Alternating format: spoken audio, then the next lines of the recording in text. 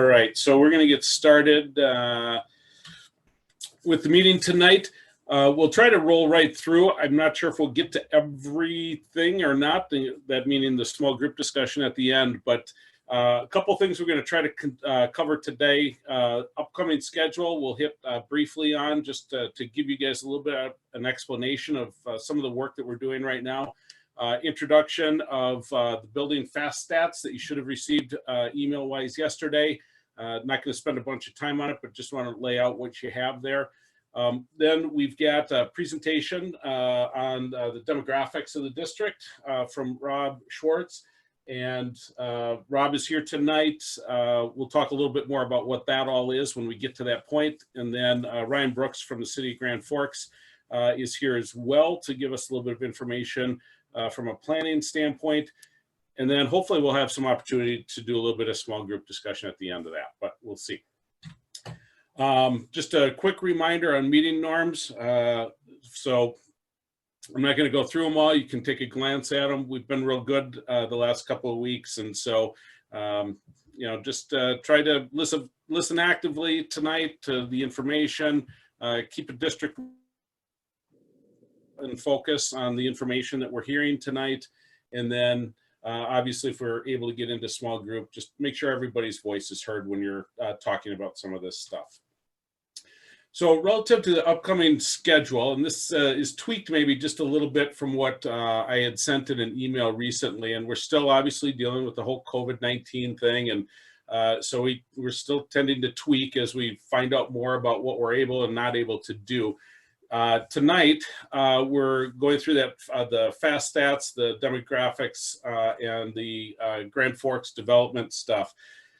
The next 2 weeks, May 21st, May 28th, we're going to be looking at the facility assessment data. And so we'll obviously spend a lot more time diving into this, but that will include information like building infrastructure, building envelope stuff, indoor air quality, HVAC, electrical, acoustics, lighting, wide variety of things like that.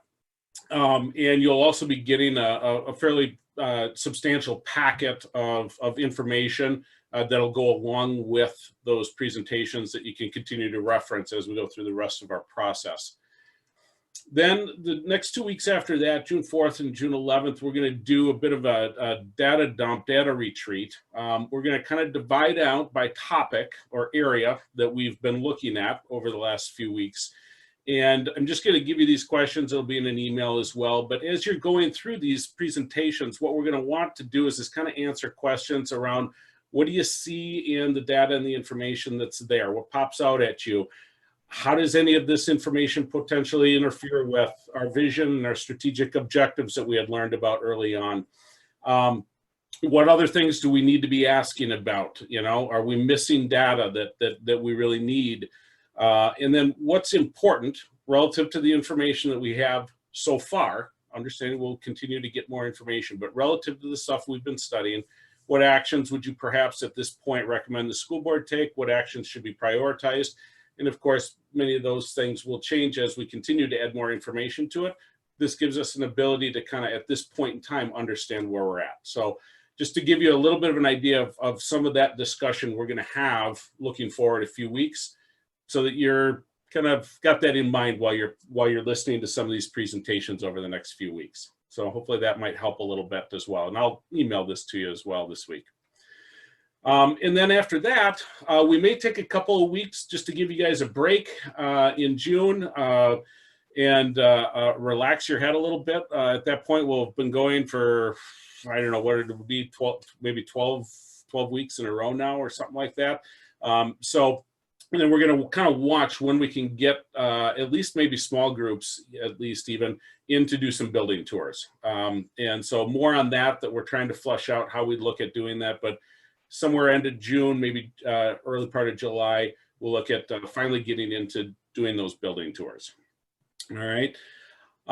Tonight, after the presentation, if we've got time, I wanted to just throw this out in advance. We haven't done this in the past, but these are the questions that we would want to try to take a look at. What squares with you about the information that we're learning tonight?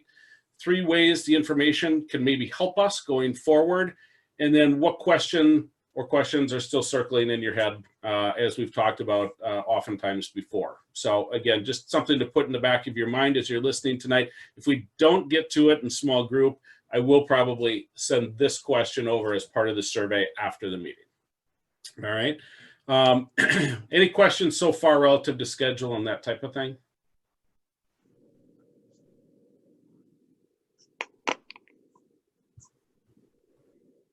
Okay, then we're going to push forward.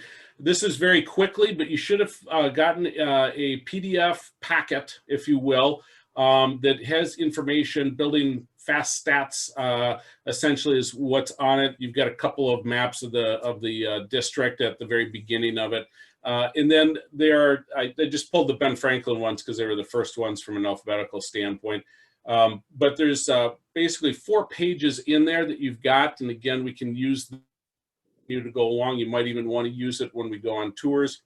But this gives you some just general information about each of the school buildings that we're going to be talking about. The size, the functional student capacity, and I imagine Rob will probably talk a little bit about what functional capacity means tonight. The year that the building was constructed, years that there were building additions. If there was a remodel, it'll also say remodel with the year in there. It'll give you the current enrollment. It'll give you the projected enrollment for next year. It'll also give you the percentage of free and reduced students, which is a general measure of poverty that school districts use across the country.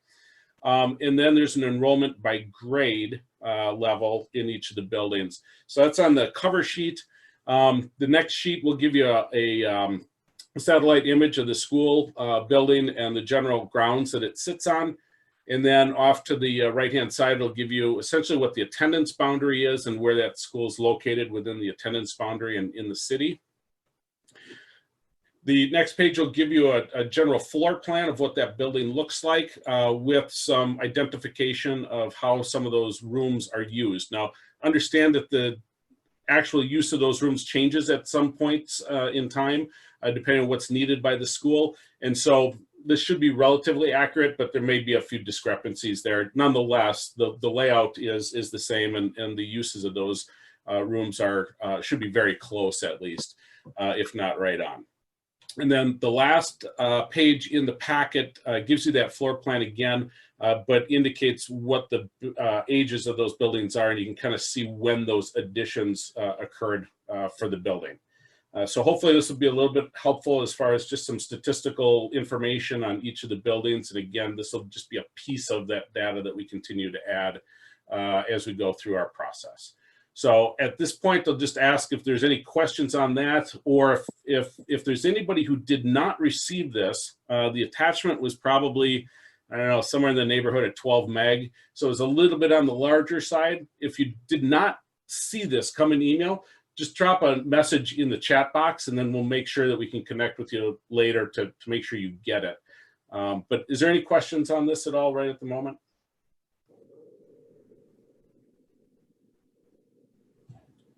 Okay. Not seeing anybody jumping on their microphone. So we will push forward. So tonight we're really lucky to have Rob Schwartz, and I hope I'm pronouncing that right, Rob, with us from RSP Associates. And they've been working with the district for a number of years now on putting together a lot of demographic information that the district uses for a wide variety of planning needs that it has. And so I'm not going to steal a lot of thunder. I'm just going to let Rob start and give us a little bit of an idea of what he is and the company and what they do. And then he's got a presentation for us on the district in particular. So I will stop sharing my screen, Rob, and you can go ahead and share yours and get started. All right, good evening, everybody.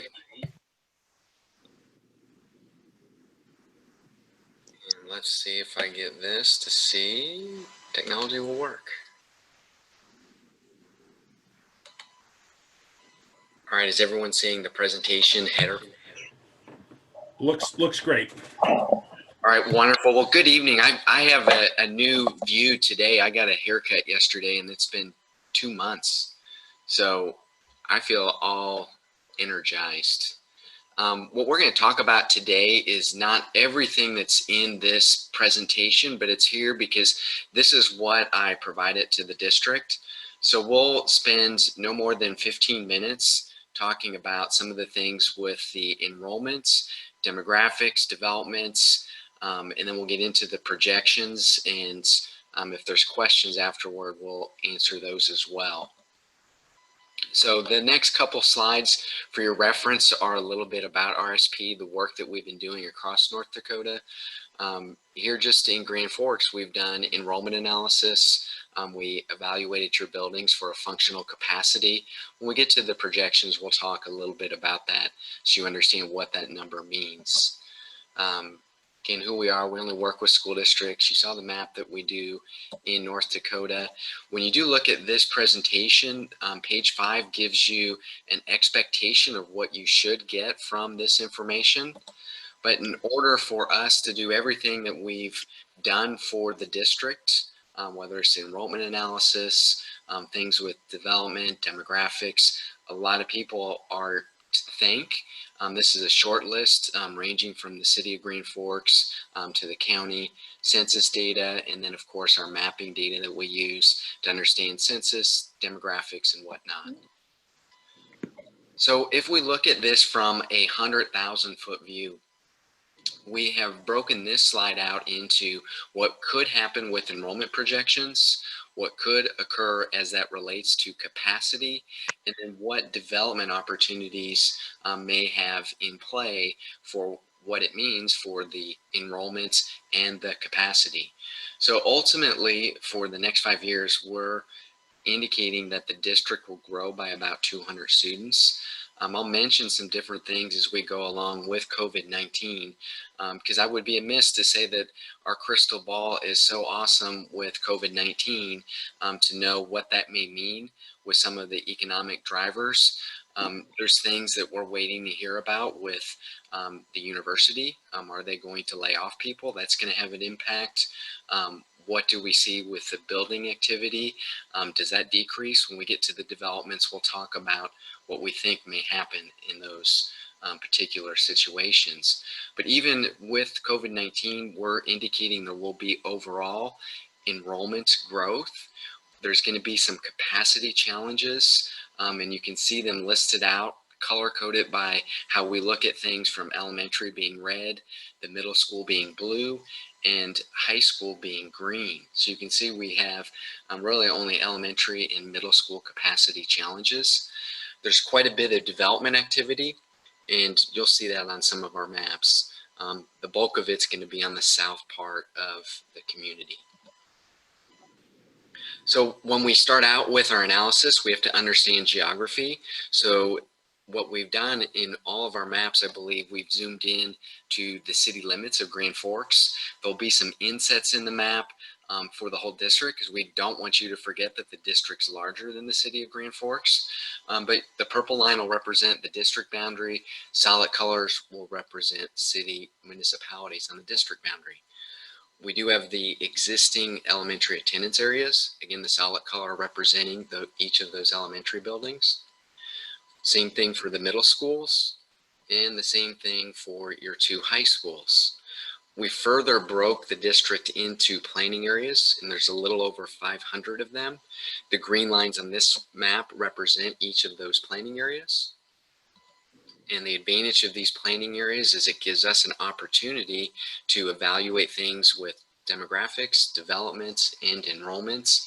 This map illustrates here on 14 some information about the parcels, student locations. The larger the dot, the greater the grade. On many cases, there's multiple dots. We want you to understand that this is a model, and so it's based on more than just trend data. It's different variables. It could be the value of the home, the type of home, where it is in the district, how many building permits come online. So a lot of different variables. This page 16 gives you some of those other details to the modeling. We do look at census data. I'm just going to spend time on this map. This is looking out into 2024 with the census data sets that we look at. Where are we seeing 0 to 4-year-olds likely located? So the orange, red areas are the most dense, and then as we radiate down to the blue, the least dense.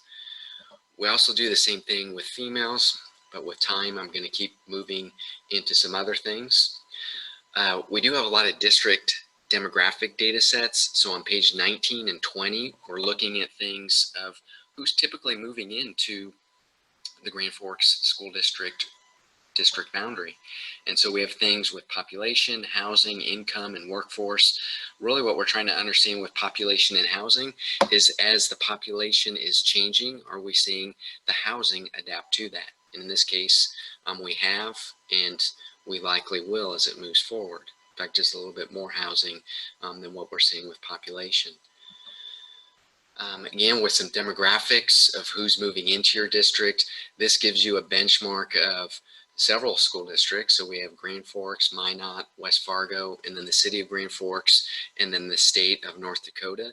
Again, just trying to see how you rate with some of these other districts or these other entities with things related to maybe the median household income or ethnicity.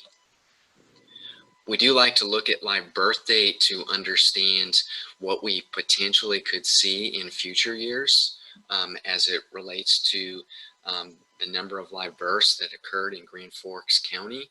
And so that's listed out from 2007 to 2017. So we have the number of live births in that calendar year. And then 5 years later, what is the number of kindergartners? And so you can see what that relationship is. And you can see that we've have significantly fewer live births than what we had in 14, 15, and 16 when we're looking at the 2017 data. We do have some benchmark of existing data sets. So the next two tables help illustrate the number of students by grade or how that cohort change occurs. And one of the things that we wanted you to understand is this pig and the snake effect that I've mentioned in previous presentations to the board. For instance, when we look at this year's kindergarten class of 625 on this bottom row, as they move through this system, if that 625 keeps moving forward, it's larger than any of the other grades currently in 1920. That's going to create more students as we move into middle school and high school if that were to continue. This cohort change, what we're understanding here is what's the change as you move from like second to third or ninth to 10th.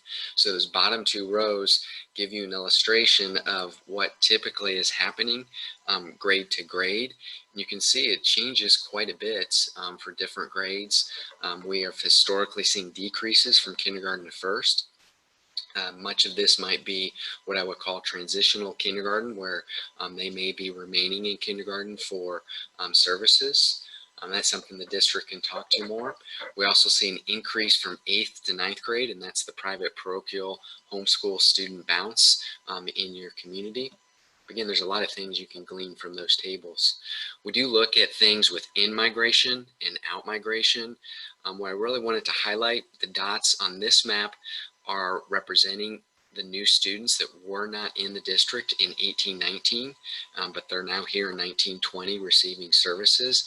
You can see that we have more than we did last year with 630. We have 670 in 1920. So more than what we had last year, but less than what we had 2 years ago. We look at out-migration. So these are students that received services, but then the next school year were not receiving services. This gives you an overall indication of what's happening with transiency in the community. You can see last year we had a huge drop with having more students that left the district than came in, whereas this year we ended up having a -12. So still a negative, but better than what we had 2 school years ago. With those planning areas, we're able to identify, and I think I have a map that might play here. Get my mouse over here while I talk. So As this comes out, we're showing what's happening with the planning areas over time from year to year.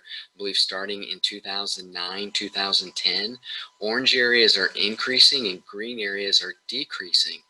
And what's really interesting is if you can focus just on one area of the community, you can see in any given year, it may go from a dark decrease to the next year to increasing. And so this just shows you the fluidity of change that's happening in each of these planning areas as we see different demographics move through the community. Pause on this. We also can show the same thing, but in light of time, I'm not going to play this video. This shows the concentration of students based on where they live.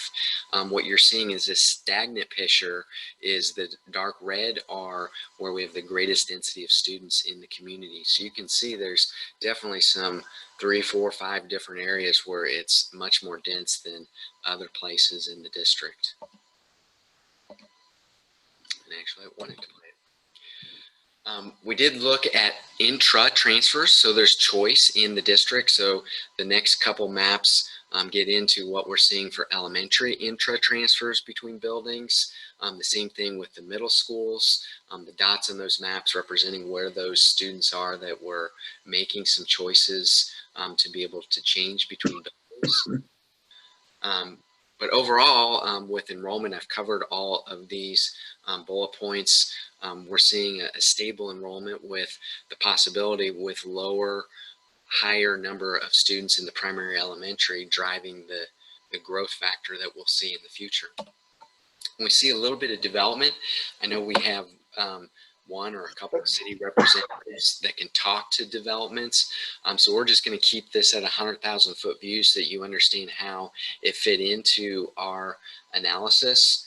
This visual gives a representation of a correlation between census population, which is the green line, the certificate of occupancies, which is the blue line, and then the red line is the enrollment change that occurred year to year. What we wanted you to see from these visuals is just because the population has been increasing, we're seeing building activity, that's not always translating each year into a enrollment increase. And that gets into the type of demographics that are moving or households moving into your district. The next couple slides help you understand what type of development yield rates are occurring by each of the elementary attendance areas for kindergarten through 5th grade. If we focus on this table being single family, the bottom row of this table would say back in 2004, we were getting 19 K through 5 students for every 100 single family units. We've decreased by 1 here in 2019 to being 18 for every 100 units, but we've brought on, if we look at that 4th bullet point, a little over 1,300 single family units. If we look at the same thing with multifamily, which is basically everything other than single family, back in 2004, we were getting 10 K through 5 students for all multifamily units, and it's decreased a little bit here in 2019 to be 9 for every 100 units. Hey Tim, you're on your camera, man. We're seeing you change, just so you know. If we look at the median home value, we can see where the type of values of homes are with the mapping. What we're historically seeing is the new developments are greater values than the older core areas in the city of Grand Forks. So the red and orange are the least affordable, and the blues and greens are the most affordable. We also look at where we've been seeing the building activity. You can see it's predominantly been on the south side. And if you've driven around the city, this should not be a surprise to you. It's a clustering of these dots. We're anticipating as we work through the land that's available there that it's going to continue moving south in those particular areas.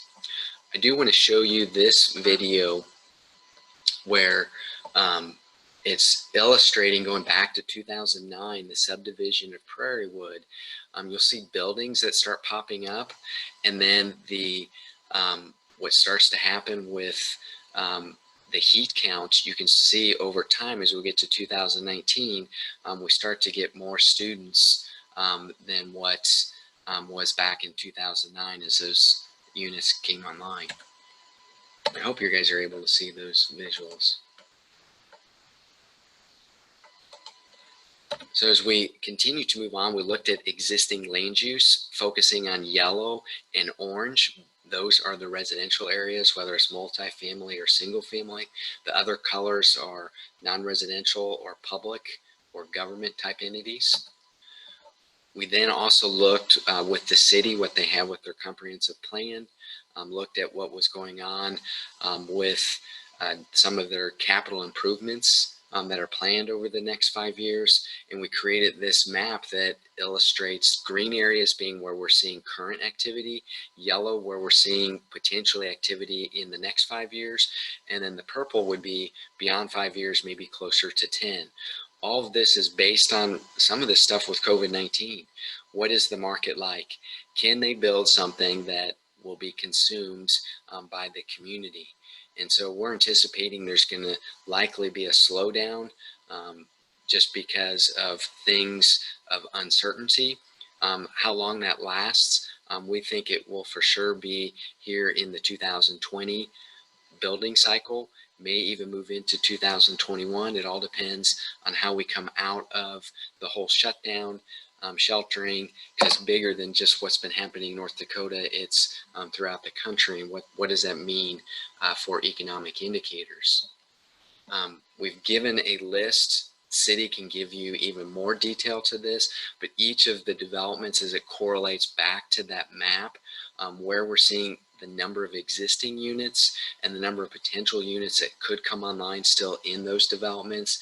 And you'll be able to see how it relates to the elementary, middle school, and high school attendance areas. Again, we're thinking there's going to be some impacts with COVID-19, but what I wanted you to understand is those things can be validated with administration when we get to this fall to see how things have played out. So this gets us to the enrollment projections. What's always great when we present each year is you can see the high level of accuracy. At the elementary level, basically perfect at 99.9. You can see the middle school a little bit off by 15 kids, still 99%. The high school by 5 kids, 99.8%. And overall for the district, what we forecasted this year, we're 99.9% accurate. So a really good tool as we're trying to make some decisions for how we address some of the capacity challenges as you go through this process. This page here shows you what our long-term accuracy is for each year of the years that we've done projections. So again, just to give you a track record of how this looks as you start to get out to the 4th year here in 15-16, we're still 98% accurate. So then as we move into the last few minutes, what's happening with your enrollment? What happens with projections? So this illustration gives you a perspective of the past enrollment, which are primary colors, red being elementary, blue being the middle school, green being the high school. The purple line is the aggregate of all 3 of them. And then we have our likely RSP projection. That's the pastel pink for elementary, pastel blue for middle school, and the pastel green for high school. And again, the purple line being the district total. So you can see that elementary basically stays, it decreases a little bit and then comes back to about 3,500 students. Right now with our middle school, we're just a little bit under 1,800. You can see when we get out to 24, 25, we drop under 1,700. High school, we're at about 2,150. And by 24, 25, we increase to just under 2,500 students. So if you go back to the page with the grade, number of students by grade, this will help understand that pig in the snake effect. So I'm not going to spend time here on page 47. I think going to page 48, you'll want to refer back to 47 to understand 48, but it's easier for me to describe it when we go to the actual data that you see for the district. So we've broken this out based on the elementary buildings and then the secondary buildings. This first page is the elementary. So starting on the left-hand side, you see each of the buildings, and in that column, you'll see what the capacity, what we're saying the functional capacity is. So last year, our team came up, we toured your buildings, we had your building floor plans, we had the master schedules for each of the buildings. And from that information, we created a functional building capacity for each of the buildings. And the best way to think about this is the type of programming that takes place in these buildings. That's what the capacity, a functional capacity, gets at. So how does the programming impact what we see in some of these buildings? There may be some that have more special education, may have some things with ELL, they may have some different pull-out spaces that they're using for the program need of the students in those facilities. So this is different than what you may hear from Tom and his crew with how they may look at it with, let's say, square footages, or maybe even your building inspector or your fire marshal on how many students you can actually fit into some of these spaces.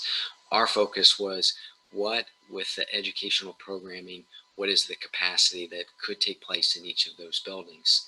And it was quite interesting to go through each of the buildings and see some of the differences based on when the buildings were built, because there's quite a wide range of when your first elementary building came online in this inventory and your newest building. As we move to the right for past enrollments, we show the past enrollments 3 different ways. One based on the reside, which is going to be the middle row for each building. So do those students reside for those grades in that attendance area? The bottom row for each school is the attend. So based on the student data, where did we actually see the students attend? The top row, that res/ATT, we show that for the last 2 school years, that's a subset of the reside. So do they reside and actually attend that building? So if we look at Ben Franklin being first school alphabetically, in 1920, we had 322 K through 5 that resided in that boundary. We had 317 attend. So initially you would say, well, we only lost 5 students that went to one of the other buildings. Well, it's different. It's actually, we grew from the 322, there was only 280 of the 322 that were residing and attended Ben Franklin. The difference of the 280 and 322, they went to one of the other elementary buildings. So it could have been programming, could have been school choice, could have been things based on the address that we received. Sometimes some of these families, they may have 2 addresses. But ultimately they grew from the 280 to 317. So the difference of the 280 to the 317 were other students in one of the other elementary buildings that came to Ben Franklin.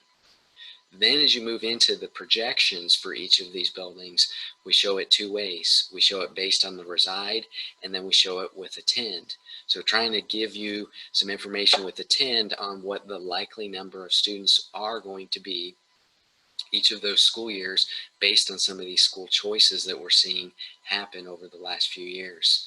Our accuracy is really in the reside. The attend can be quite different because 2-3 years from now, we might have changed what programs were in a particular building. We may change some of the policies that are occurring in any of these buildings for how you can move about and transfer with these intra transfers. We then show shading for all of these years that are going to be 2 different ways to look at this. Is it too full or is it not full enough? So the orange is going to be where it exceeds the functional capacity of the building. The green is going to be where it's less than 70% of the functional capacity for that building. So you can see we have several buildings, whether we talk about reside or attend, that are going to be over the capacity. So if we look here, we have Discovery, we have Kelly, Viking, and Wilder. All are situations where we're going to have more students there than what the functional capacity is. But then when we look at Lewis and Clark, there's some years where it's below the 70%, but also Twinning and Winship. So again, too few or too many may get into how do we look at some of these buildings in relation to the district overall elementary capacity. We have 3,859 functional capacity at the elementary level. And you can see that as we move over time, we still are under the district wide, but we have issues in some of the buildings. If we look at the secondary, same things that this all plays out is you can see the shading as it relates to being less than 70% or greater than the functional capacity, and Valley Middle is the only one that would have more students than what the functional capacity is. All right, so with that, all of these bullet points are important, but what I really want us to focus on is what does this all mean? So we've showed you what our track record is. We've tried to help you understand as you work your way through a presentation like this, how we've tried to look at enrollments, developments, demographics. Really the key takeaways are going to be what our kindergarten roundups are, and are those legit versus what we've seen in years past because of COVID-19.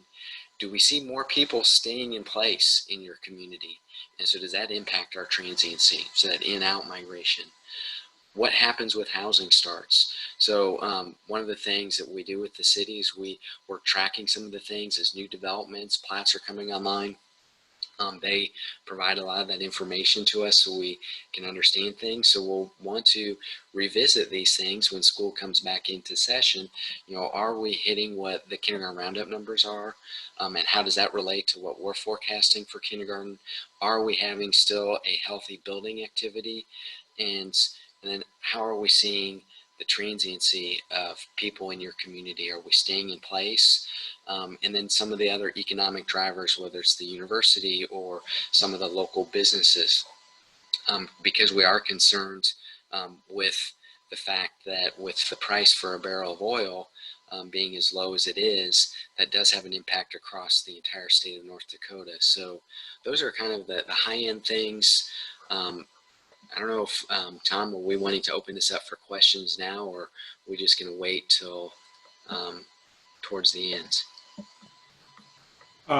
No, if you're mostly done with your presentation, Rob, I would just as soon do questions now relative to that. So if you feel like you're ready, we can definitely open it up to some questions, and Brian will usually moderate them out. But if you want to kind of follow along, we tend to get them a lot in the chat box. Task Force folks, you certainly welcome to open up your mic and ask a question as well. I'm going to just start with a question, though, from Tricia that we got way back when you first started, Rob. And you showed, I think, on one of the very first slides, a list of schools, elementary and secondary. And she had asked, one of the schools was not listed on there, Ben Franklin in particular, and was wondering why that was. So. If there's something on the map, it should be on there. Ben Franklin should be. So we'll go back and look to see what that is. I think it was the list where you're talking about which ones were either projected to be over or near capacity. And so I'm not sure if maybe all of them were listed because of that. And I apologize. I didn't mean for you to, yeah, there you go. So in the red, the elementary schools under the capacity over the next 5 years. Yeah, I think Ben Franklin, if we go back to the projections, and I'll come back, go to the next question, and I'll jot it down and sure. answer it. Okay. Brian, I'll let you take over on trying to moderate out some questions. And again, Task Force members, feel free to open up your mic and ask a question that way if you have one as well. Hey, this is a question I'm sure that is going to be asked by a lot of different schools, but what are some of the impacts an increase in distant learning may have on functional capacity?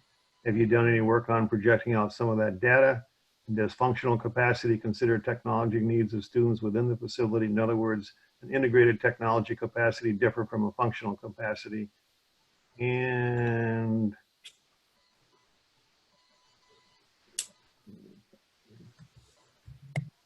All right, so I'll start out with the capacity. So the functional capacity with what we derived was based on if students were physically in those spaces. So let's say North Dakota, and I'll tell you a lot of this is changing with capacity state by state. So if we get into this distance learning, that's going to have a huge impact, because some students, depending on what the policies the state push forth and what the district actually approves for how they're going to look at how students come to school, that's going to impact this. But we could have situations where some students may choose not to come into the buildings and may do the distance learning. So what that will do is it'll make more space in these buildings, because if they're physically not there.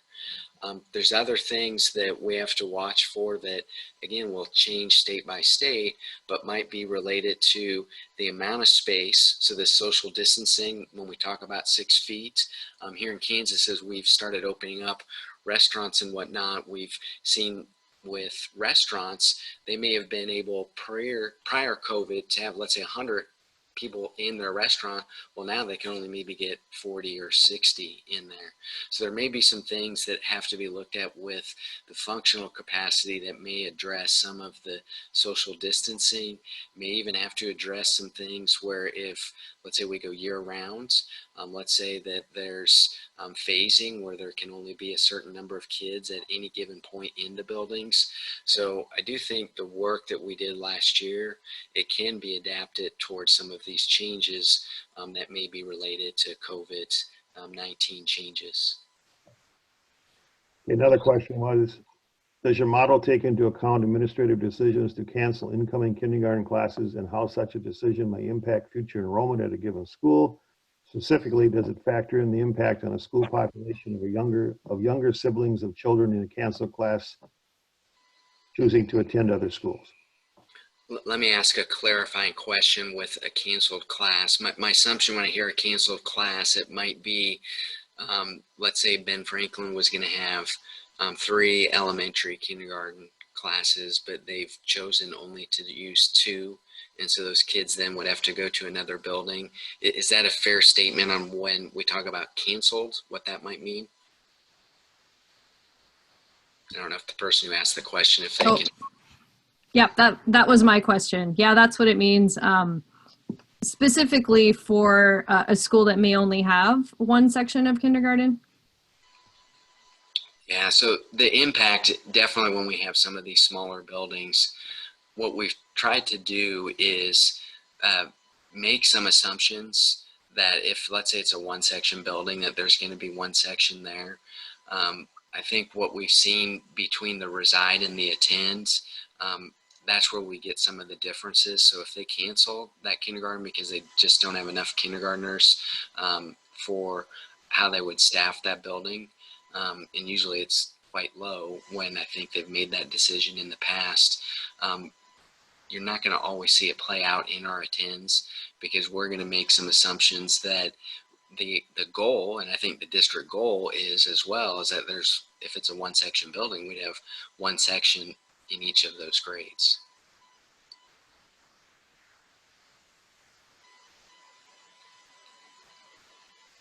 Any other questions out there? I had another quick one as well.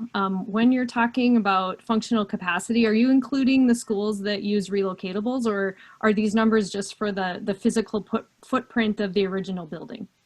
All right, we made an assumption, and I would have to go back and look at our analysis, but typically we would not include the portables in the functional capacity, because portable is seen as temporary. It's seen as something to get you maybe over the hump. Unfortunately, sometimes those portables stay around longer than maybe they were intended. So no, the functional capacity is going to be the hard brick and mortar spaces. So the more physical, where we have more secure environments. But there are definitely some places in your district where we do have portables. And that's probably how some of these buildings were getting passed. I want to go back. I know someone had asked why we hadn't listed Ben Franklin. It's really, if we look at the projected enrollments, that's where we're showing and indicating on that slide, page 5, I think it was, with what is either over capacity or less than 70%. So in the past, Ben Franklin has been over their functional capacity, but you can see starting this school year and moving forward, they're below that 336 number or 356 number.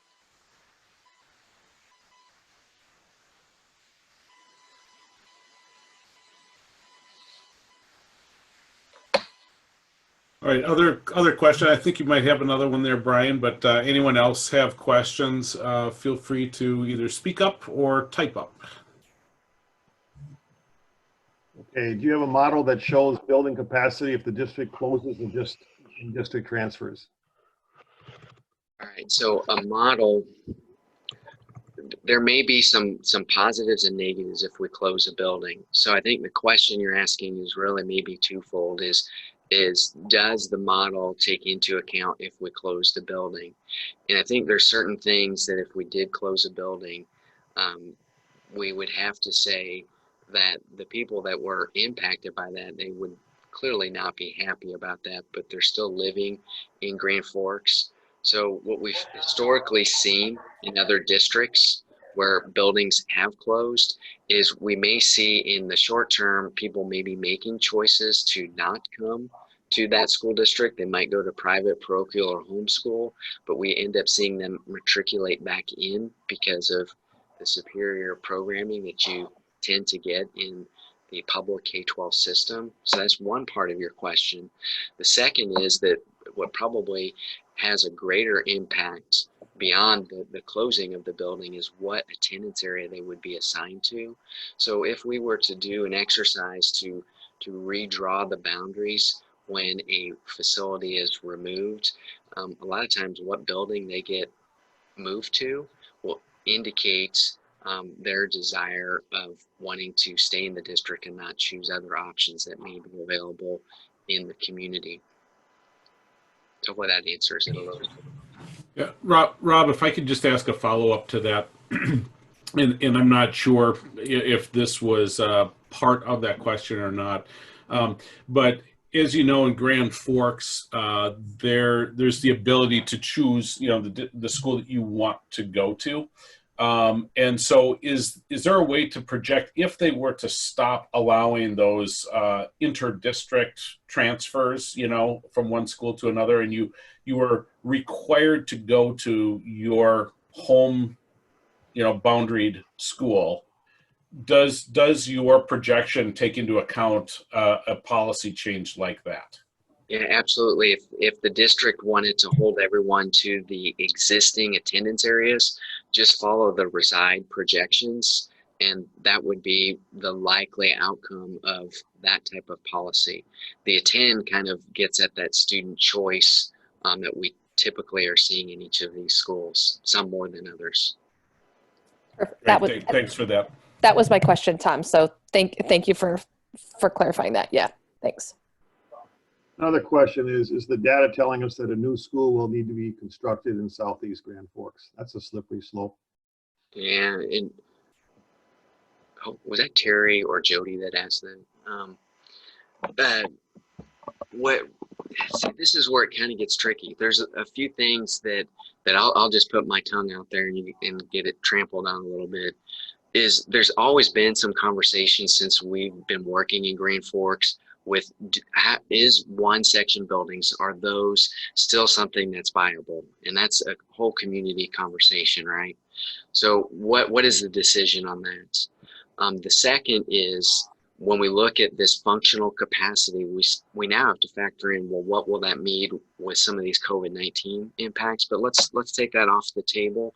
If we look at, we roughly have 3,600 functional capacity at the elementary level, and we're at or 3,800. I need to get my glasses out. We're going to be at about 3,500. We're really tight with functional capacity. Some of the things that we know will likely change is some of the spaces will likely need more special education space. We'll need more ELL, so English language learning space, or new welcome student space. We know there's desires for having different things with mental health. So some of these capacities are going to be different and likely will as we do some programming changes. So we're already pretty tight from a standpoint just looking at this at the elementary level. So if we were to take a building offline, then most assuredly you would be looking at building a new building. But even if you keep the buildings all intact with our current inventory, we're still going to have some challenges because inherently some of these smaller buildings, particularly one section buildings, we have some challenges with having the right number of students with a boundary. And there's a lot of other strategies that we could look at to try to pull more kids into those buildings.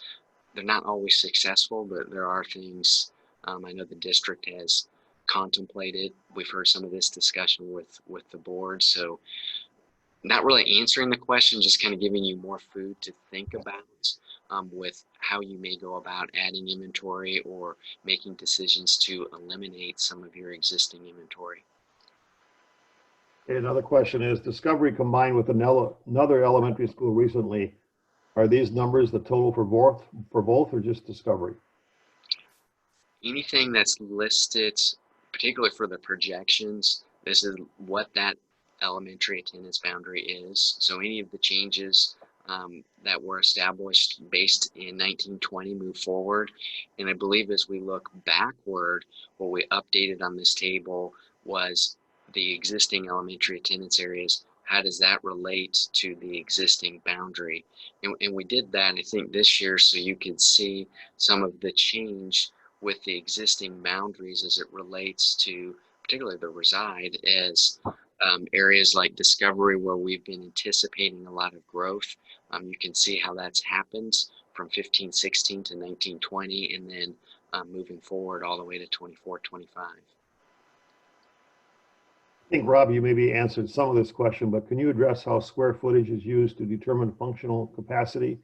And then the next part of it was talking about the needs if you have to have 6 foot spacing. I think you addressed that already. And Josh, if he does not or did not, you want to speak up? That's okay. Let me ask. So the first thing was square footage and functional capacity. And what was the second part of that? How does the new COVID 6 foot spacing potentially impact the maximum student that could be in a room? Okay, absolutely. So square footage in our functional capacity only came into play when we were looking at, for each of the buildings, what would the class size be? So is it 900 square feet? Is it closer to 1,000? Well, that's all different based on each of the buildings. One of the recommendations we left the district with, knowing that there's a great variability in when the structures were built and what the ideal class sizes or what you could afford when it was built, that you may want to have like an ed spec that says we ideally believe a kindergarten space should be, let's say, 1,000 square feet and it has a bathroom and it has, let's say, flex spaces that may be in some of these spaces. So square footage only came in where we would see a space being used as a core classroom at the elementary level that was not able to serve the same number of core students that the other classroom spaces that would be larger would allow. So that answers the first part. The second, with COVID. So if we look at these functional capacities, if we were to say every student would be in the building post-COVID, these capacities would be overstating what number of students could be in there at any given point. And that's probably where it ties back to that square footage. Some of these buildings have much larger classrooms. And so when we look at some of the class sizes, which is a function of creating this functional capacity, we could see some drastic changes where these numbers go down.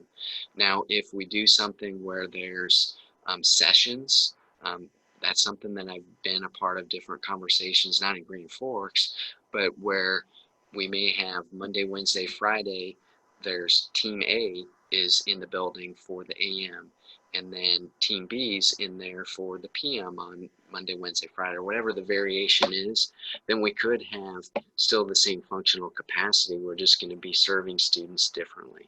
So again, some of this stuff's going to be driven by the state mandates for how they think keeping students safe would be best worked out. Hey, Josh has a question, but I don't think it's a question that you can answer, but has the district looked into and run the numbers on the revenue that comes in per student versus the cost to run each school? What is the most effective and efficient way to educate students? Probably not a question for you, but Brian, if you could make sure we parking lot that. I mean, Josh, Rob, you can go ahead and answer if you have an answer, but let's make sure we also parking lot that, Brian, so that when we take a look at the financial components and we have those meetings, that we can come back around this. I'm sure we will anyway, but let's make sure we do that. got it. And I'll leave that one for the district to respond to for the parking lot. And how does the Air Force Base School affect the future of this program? That's a great question, and that's something that I know we've had a lot of the Air Force Base housing changes. I think there's been some demolitions, missions that the Air Force Base gets. This could change things quite a bit. So that's something that is always monitored each year. So what the viability of their missions, and are they adding to them? Are they changing? That could have an impact where we may lose students, or if it becomes, let's say, getting more missions and let's say Minot down the road, that may change things as well. So that's why each year we monitor that. Any other questions?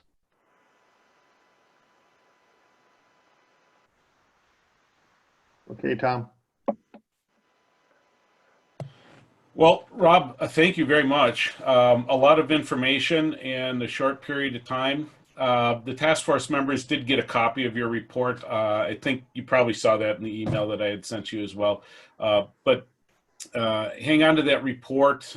Task force members will go back. We'll have, I would imagine, a number of different opportunities to look at some of that data as we go through this section of stuff that we're doing, as well as probably when we recircle back around some of the finance things and those types of things as well. So anyway, appreciate, Rob, all that you were able to provide for us. And if we've got some follow-up questions, is it all right if we email some follow-up questions to you if they come up over the next couple of meetings?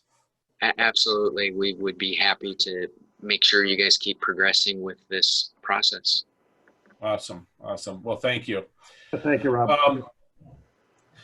So I will not just turn on my screen to show you the one slide for Ryan Brooks's name. I apologize, Ryan, if that offends you, but Ryan is from the city of Grand Forks, and he is I hope I've got this right, Ryan, the deputy city planner.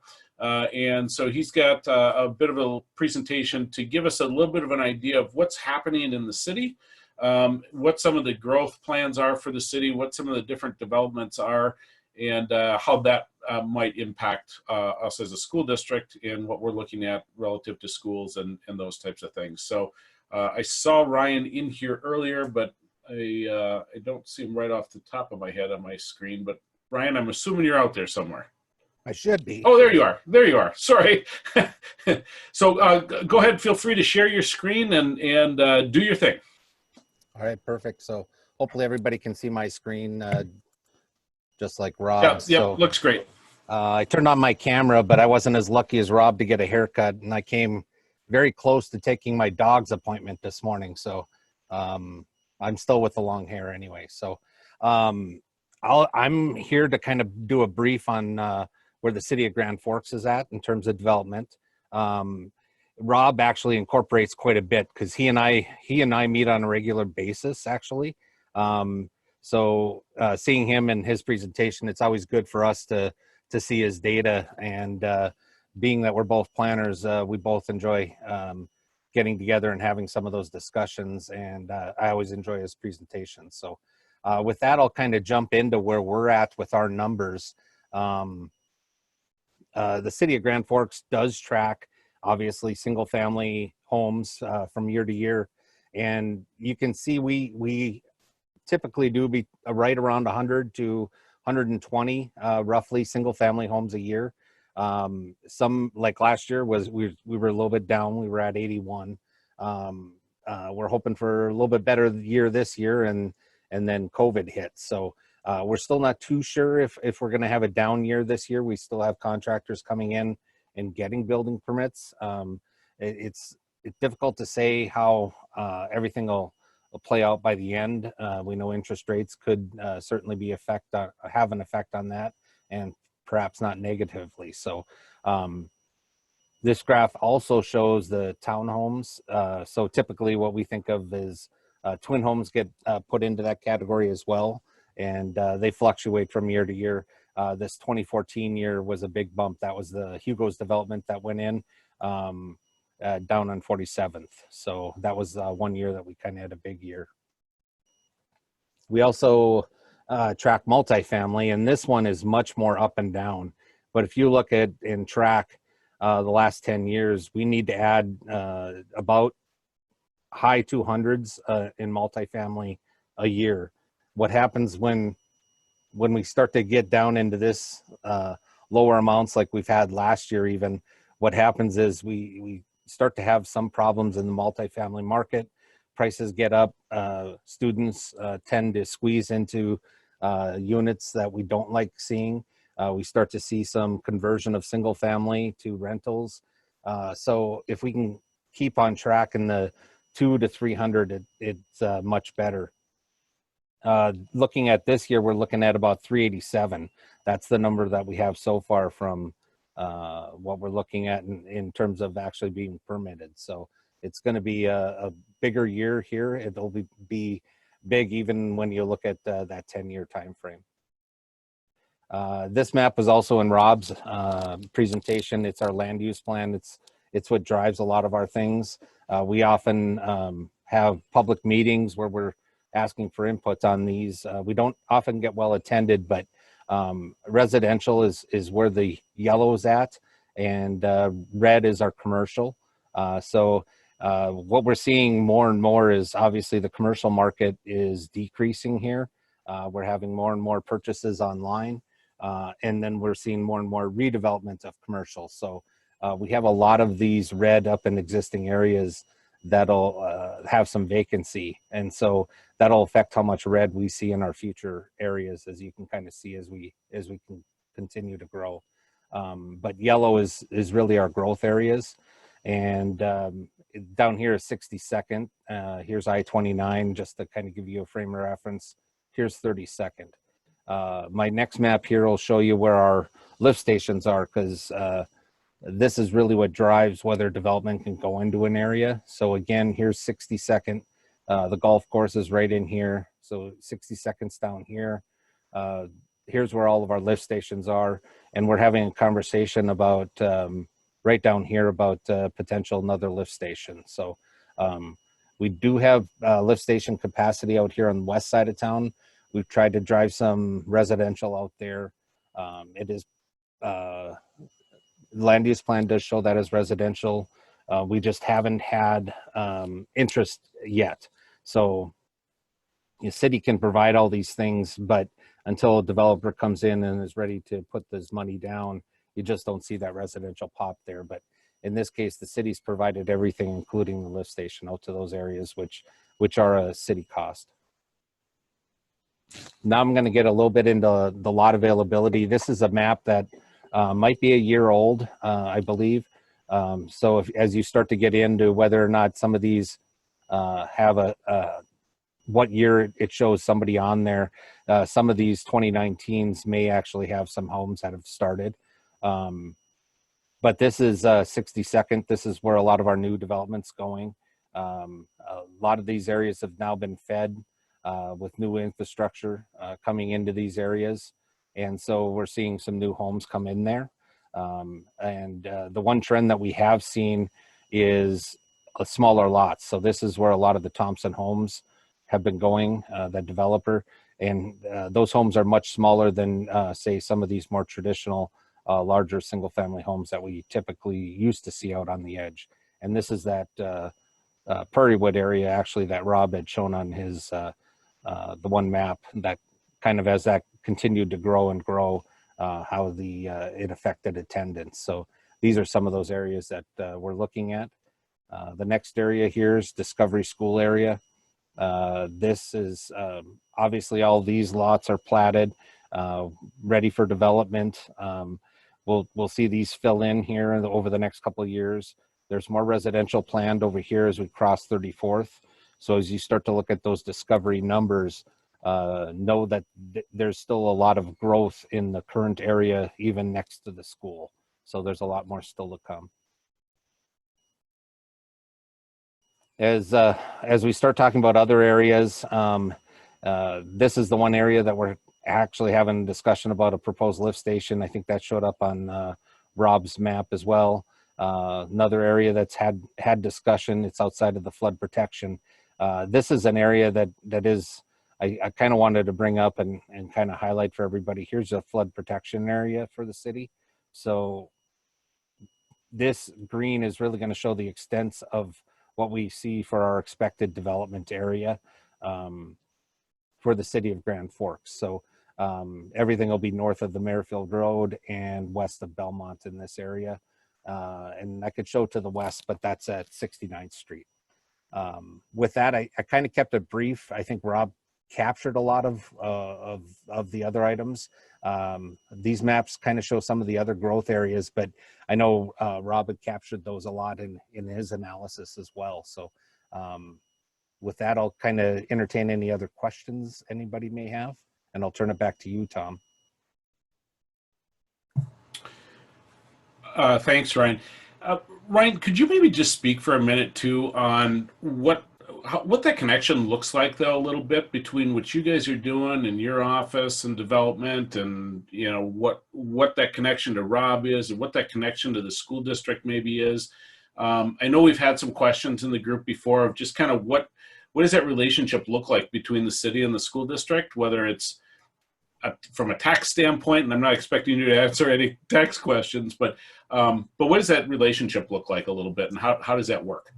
Well, in terms of development, we actually, most of the staff that's probably even on here, I deal with, or we have conversations quite a bit, whether it be assisting with site plans, those types of things. But in terms of a development, when a developer comes in, we'll have a discussion of where that area is. Can it be served by a lift station? And then as we move forward, is it an area that has a school? That's asked quite a bit, but a lot of that work has already been done in previous discussions. So particularly as we start to look at some of those new areas, when a developer comes in, again, lift station, they'll plat, they'll zone property. And by that fall, I'll have a discussion with Rob and we talk about the areas that have been added. And a lot of them have already been on our land use plan in terms of future areas. So I don't know if that answered your question, Tom. Yeah, I think that's great. I don't know that I had an expectation for exactly the answer, but I just wanted to understand that relationship of how the two entities kind of tried to work together a bit. Brian, I'll turn it over to you for other questions for Ryan. We've got a couple of questions. Where is the Grand Forks southern city limit in regards to the 62nd and Merrifield? I'll go back to sharing my screen here if I can find my right presentation piece.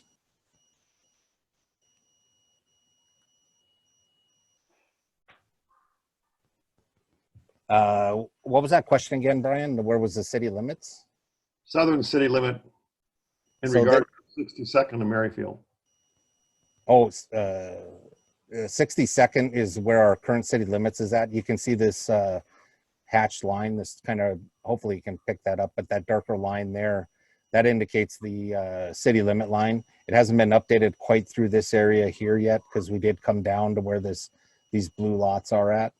And essentially what we'll see is 62nd will be kind of that line that we see coming up. Okay, you might want to keep that slide handy because could Ryan point out the lot availability on the lot availability slide where the district owns land for a future school site? Hopefully everybody can see my cursor. It's right here. I think it was up north and then it's kind of drop further south as I think there was an property exchange done. I think as the city started to grow around the area, specials started coming due. I think the decision to move it a little bit further south came up, and they worked with us, and we worked with the developer, and kind of agreed that this was the next spot for that. It was a lot better than starting to pay specials on a piece of land that you weren't ready to develop yet. Okay, next question is the city going to annex the property south of 62nd Street? That's a policy decision, and I guess I'll be able to answer that soon, within the next couple months. But that is a policy question that's coming up. And the second part of that question is, does a bridge fit into the future development, and what does that do for future schools? Is that a question for me in terms of a bridge and a school? I don't know if a bridge, I guess the part I could see certainly weighing in a factor, a bridge, you're usually going to have traffic. I think it's just a matter of how that would fit with our transportation network. What type of development would go with that? Residential, commercial, those types of things. And I guess we just have to weigh all of those things. Merrifield Bridge would be a much different bridge than, say, an inner city bridge. So that would be a factor as well. So I'd probably need to know a little bit more of what type of bridge you were looking at. So if I can just ask a follow-up, Brian, to that, and maybe everybody knows this, but being somebody who's not from town, I clearly don't. But when you say a bridge, it sounds like you, Ryan, know where this bridge is, but I don't know if everybody understands where the bridge is or what quote unquote bridge we're talking about. So yeah, we've talked a lot about Merrifield Road having a bridge, then that would be more of a bridge bypass around the city. So I'm assuming that's what the question was. So having a bypass bridge, I think, is going to be a little bit higher traffic bridge, and it would probably have more truck traffic. I wouldn't want to put a school right on that corridor, but typically we don't try to put schools on some of that type of main corridor anyway. The location we're talking about is up here where they currently own the land, and a mile and a quarter to the south is where that Merrifield Bridge is. So it's a pretty good distance away. Okay, another question. Can you address any planned infill development on the north end of town? That's always more difficult. The one area that Rob and I have talked quite a bit about is the water treatment plant site that we talk about, I think, each time, and where we're at in the development stages of that. And that one's probably looking at 2 years away. The one thing we don't know is what type of development we're going to see there yet. So there's been lots of things talked about, some with more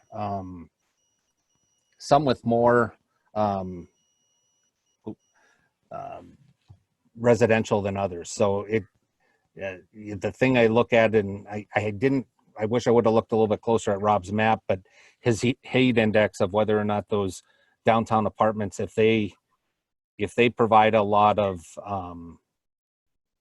school age kids or not, that's the question I always had. The water treatment plant site will kind of be fringe downtown. So I think it is possible that there will be considerable potential for school age kids in that a lot of those family units there. Okay, the next question is, and I'm paraphrasing, where's the southern boundary of the school district, and would students in the proposed new developments in the south of 62nd Avenue come to Grand Forks or Thompson? Jody or Terry, I think you guys are south of Merrifield. Might be a better question for the school district to answer. While they think about that, perhaps, why don't you go on to the next one, Brian, for Ryan, and then we'll circle back to the district. Okay. What is the proposed development square south of Merrifield Road? That's a proposal that's coming before us on Monday night, and this map came from that. It's a proposal that'll be on our Monday night. It's a higher density or a low density development, sorry, low density rural development. Probably acre size lots that may or may not happen. There's still a lot of work to be done on that. And can you point out where the water treatment site is? Not on any of the maps. Let me stop sharing. I can pull up my GIS if that works. In the meantime, if the district has an answer on the school boundary on the south end, we could go to that now. Yeah, I can answer that one. We don't follow the city boundary, so we actually go south of 62nd. If task force members are familiar with the Grand Forks Country Club, there's a, can't remember the name of the development, but there's a pretty large development southeast of the country club. That is still Grand Forks Public Schools area, and those students actually come to Grand Forks even though they have a Thompson address. It's a really choppy line. We should probably see if we can get a district boundary map for the task force. We can do that in the future. It's a real good point, Jody, and we will get a district task force map out this next week with the follow-up information that we're sending. So you guys can look for that.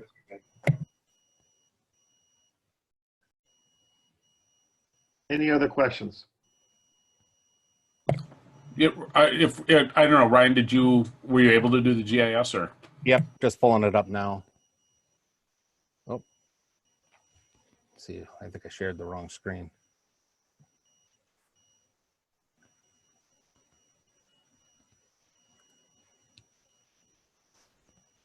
I think it's not pulling up that screen for some reason. Can you see my GIS here? Yep. Oh, okay, good. Maybe it did work. Let me pull up the air photo. If everybody knows where you come across on the Point Bridge from East Grand Forks, this is the water treatment plant site right here. So it'll be just on the southeast edge of downtown, if you will. Minnesota Avenue and 3rd Street. Thank you. I think the attendance area impact there would be Phoenix and Central High School. Yeah, here's Phoenix here. So it's really close there.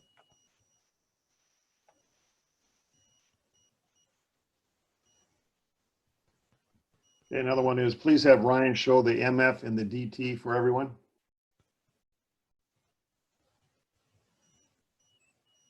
I'm not sure what that means. I'm not sure either. Rob, Rob, do you want to expand on that?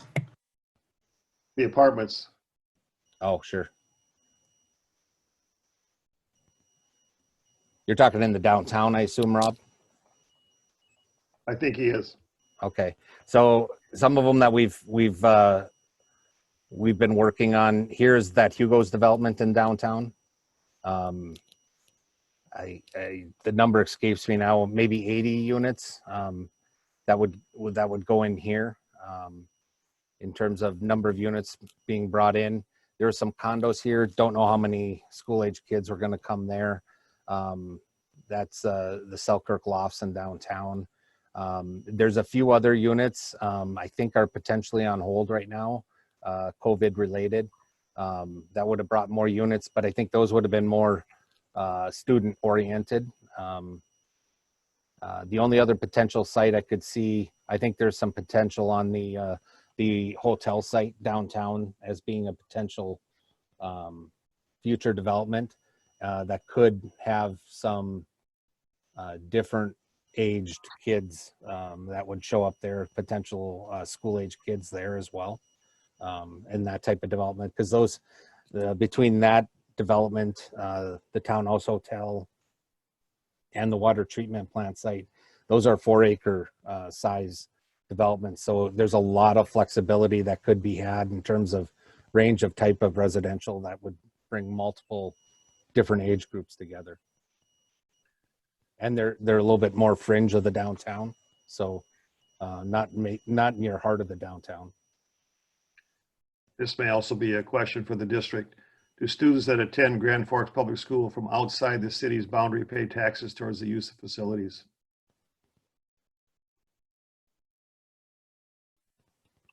No, I think they're referring to open enrollment students. We get foundation aid for them, but they do not pay city taxes. To clarify though, if there are students that are not open enrolled but live outside the city boundaries, they still pay a similar property tax assessment to the school district, even though that may not go to the city, correct?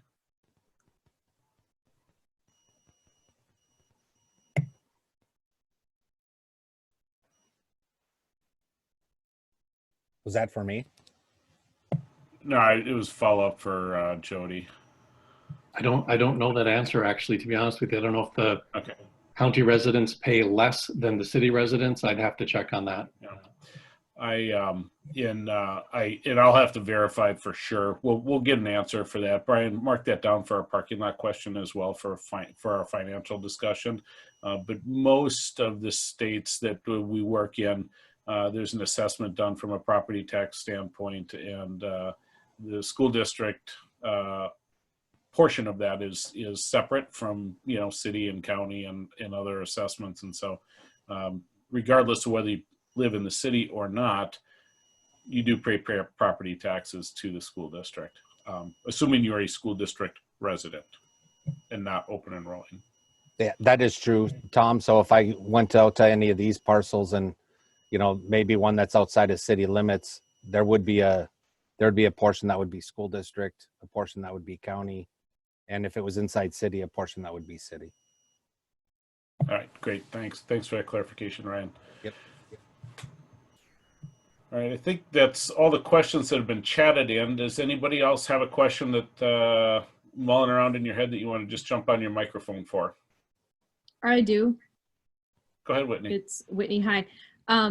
Just a quick question, Ryan. So when you were pointing out the developments downtown, the Hugos and such, are those all west of Demers in the Wilder boundary? They would be, I'll call it north of Demers. Yeah, sure. Yep. So yeah, that the Hugos is north of Demers. Okay, so that's Wilder. And then what was the other one that you were saying, the other apartments? The other one would be, well, the one, the Townhouse Hotel. Sure. If that gets redeveloped, that would be in the Wilder as well. Okay. And the other one, the water treatment plant site, that's definitely Phoenix. Phoenix, yeah. Yep. Okay, thank you. Yep.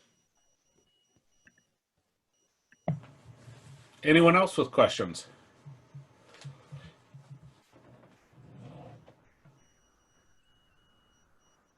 Okay, I think we got one more from Lee. Are we looking at any city development west of I-29, north of Demers? And what is the city's involvement with UND buying up single-family homes in Lake Agassiz in the west boundaries?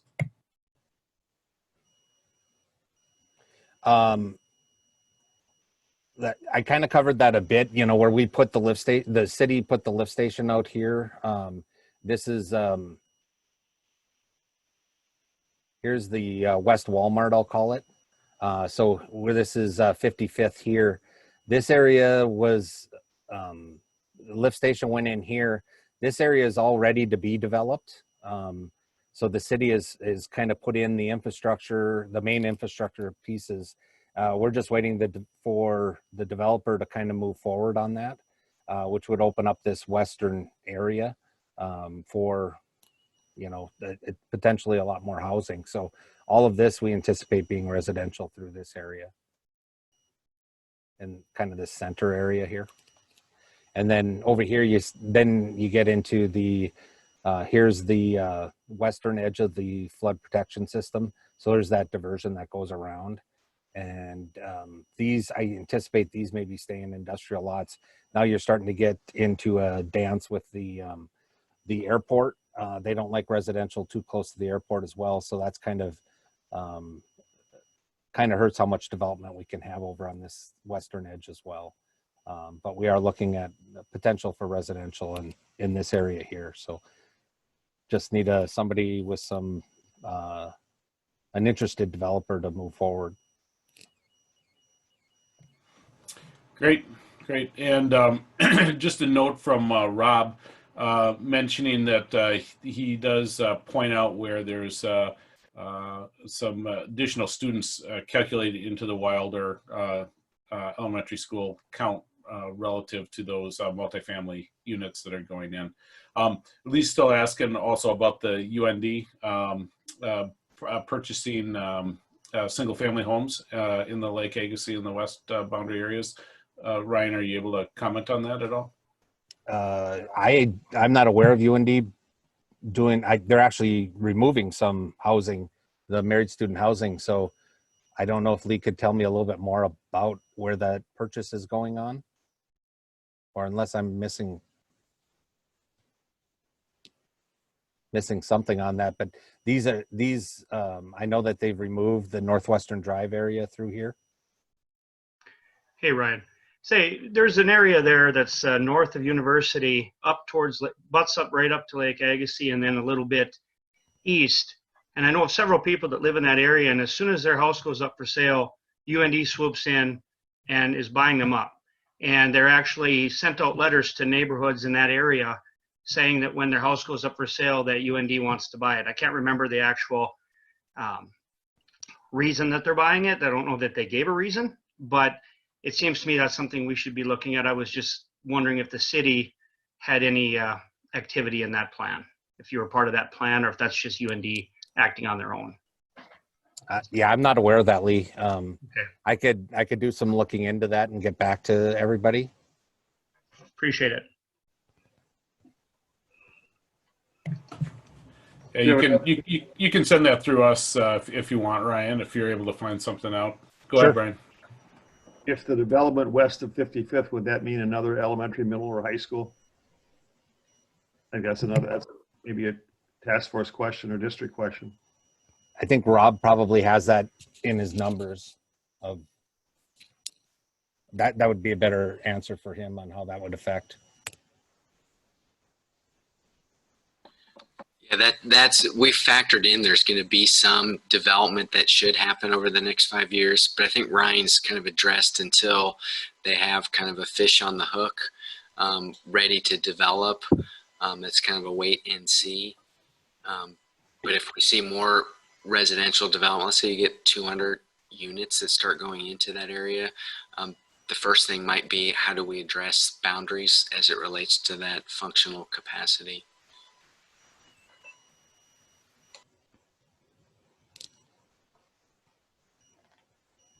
Okay. Well, we are kind of up against the clock. I'm happy to grab some additional questions and push those out to Rob and or Ryan. And again, guys, I really appreciate you guys being here tonight. I'm just going to share my screen briefly here as we try to wrap up the meeting. And so this collaboration exercise that we were going to do, obviously, we're out of time for, but I'm going to send this to you in survey form so that we can try to maybe capture a little bit of this from you tonight. And then I'll push those results out to everybody later next week. So watch for that to come. We don't need that slide. And then really the end of the meeting is here. Our next meeting will be next week on May 21st, and at that point we'll start going through the engineering assessments and trying to explain the data that we've got behind that. And again, you'll be getting a fairly large packet of information as well for each of the schools. So with that, Brian and I will hang around here for a little bit if you've got some extra questions or have some conversation. Otherwise, have a great night.